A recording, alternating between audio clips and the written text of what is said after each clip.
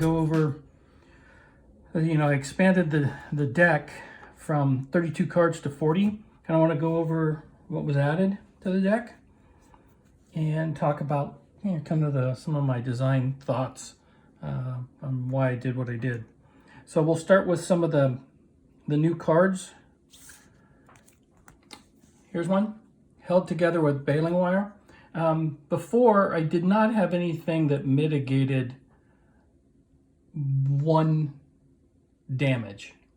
Okay, so if you're on 1 airframe, you took 1 damage, you're going to crash or go down. And so what I did was I created a card that whenever you go below 0, so if you're on 1 airframe, you take 1 airframe, you go to 0, or you're on 2 and you take 5 damage, you go less than 0. This card basically protects you with 1 airframe. It keeps you from being shot down. So it just takes and negates all that damage down to you just have 1 airframe left.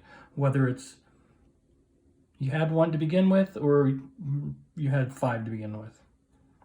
So there's 2 of those now in the deck. With the advent of adding wingman, I added a card called Unexpected Ally. It says, play after your defensive maneuver has been matched by an attacker. An unexpected ally engages your opponent, allowing you to either disengage or gain the advantage. Oh, and I see the printing. Gain the blank. Okay, I've got to go fix that. If you do not have a wingman, you may attach an airman wingman. Okay, so basically, this kind of allows you to, if you've lost a wingman or never had one, you can attach one. And also acts on your behalf even if you have a wingman. Okay, so this is a nice little card for the defender. And I added 2 cards that deal with gaining the advantage. 1, a midair collision. When played from the deck during the advantage phase by either pilot, both players turn over the top card of their deck. If the burst value of both cards combined is 8 or more, both planes collide and both pilots are killed. This isn't going to happen very often, and it's based around the idea of adding some more narrative to the game, and it's a pretty deadly card. It's also, I'll get into the burst values, it's one of the 2 cards now in the deck that have a burst value of 6. I took the values, the highest ones before was passing shot with 4. And, I talked about doubling it, but I thought 8 was just too much. So I went from 4 to 6. Speaking of passing shot, it hasn't changed, but I did add one called chicken. Now, passing shot can be played from your hand or from the deck, and you get to fire 1 burst. With chicken, it's only played from your hand, and it's a bit of a push your luck card. It's played during a tie, and I might change that to just play from your hand during the advantage phase. We'll play test and see how that plays out. But each pilot produces 1 burst.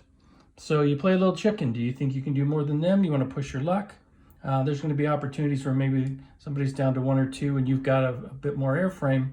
You might want to go ahead and, trade airframe for airframe. So I think this is going to be a fun card. Again, add some narrative to the game.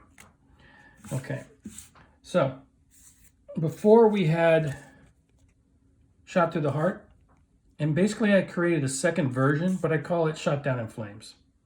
Now I might change the conditions on it, but in this case it's play after you produce 8 or more damage. Enemy is shot down and killed.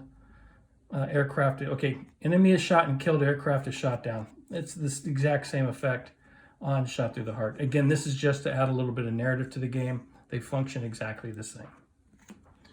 Now, before we had a wild card, you can't shake me. I renamed that to Follow the Leader. And now I have one little mistake on this new card.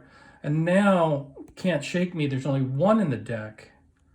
And this is matches any basic or advanced maneuver, and I need to add the ignore wingman abilities, this maneuver. So I need to add that on here and reprint this card. But basically, this is your wild card for matching an advanced maneuver that you might not have in your hand. So now you have 3 wild cards for basic maneuvers and 1 wild card for an advanced maneuver. Okay. All the cards got reworked with their burst values. All the 1s became 2s. All the 2s became 3s.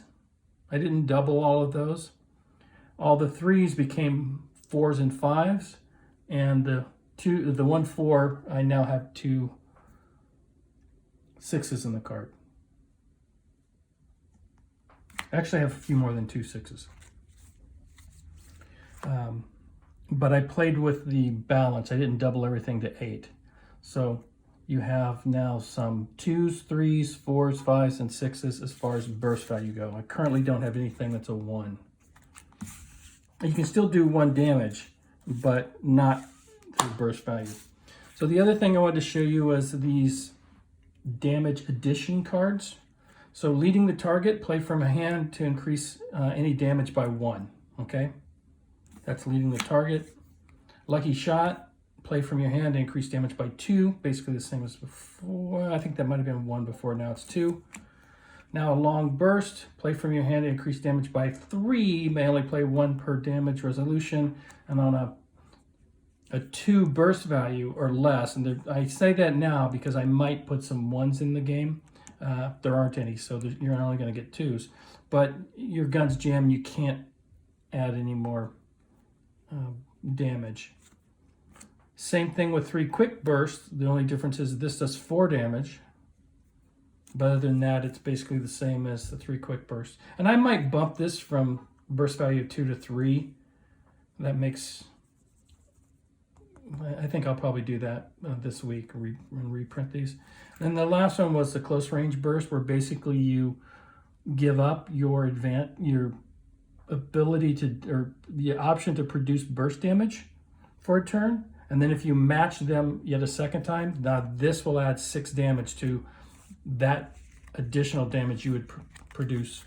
So this is a real push your luck type of card. And I mean, you could do 6 plus whatever the other combination of damage is, so you can produce quite a bit of damage. Yeah, this is pretty awesome. Okay, but that's all push your luck. So basically, those were the additions that I made to the deck. Now it's a 40 card deck. I'm going to go through and clean up some of these thoughts that I had, reprint a handful of cards, and do some playtesting this week. Look at the pilot cards, kind of solidify the airframe wingman pilot cards with the new 40 card deck. And then once that's done, we can get into building missions and working on the skeleton of a campaign mode.